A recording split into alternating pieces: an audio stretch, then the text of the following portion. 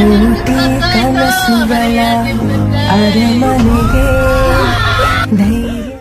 Kichcha charitable trust ಇದೀಗ 35 ಆಸ್ಪತ್ರೆಗಳಿಗೆ 300 oxygen ಅನ್ನು ತಲುಪಿಸುವಂತ ಕೆಲಸವನ್ನ ಮಾಡಿದ್ದಾರೆ.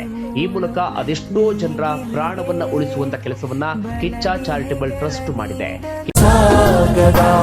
ನಿಸ್ವಾರ್ಥಮೆಂತ ಗೊಪ್ಪದೋ ಈ ಪದಮು ರುಜುವು ಕಟ್ಟದ ಸಿರಾಲು ಲಕ್ಷ ಅವರು ಅದನ್ನು ಕಳಿಸ್ಕೊಟ್ಟಾಗ ನಮ್ಗೆ ಏನ್ ಅನ್ಸುತ್ತೆ, ಅಪ್ಪ ನನ್ನ ಮಗನಾಗಿ ಹುಟ್ಟುವರದಾಗಿದ್ದ.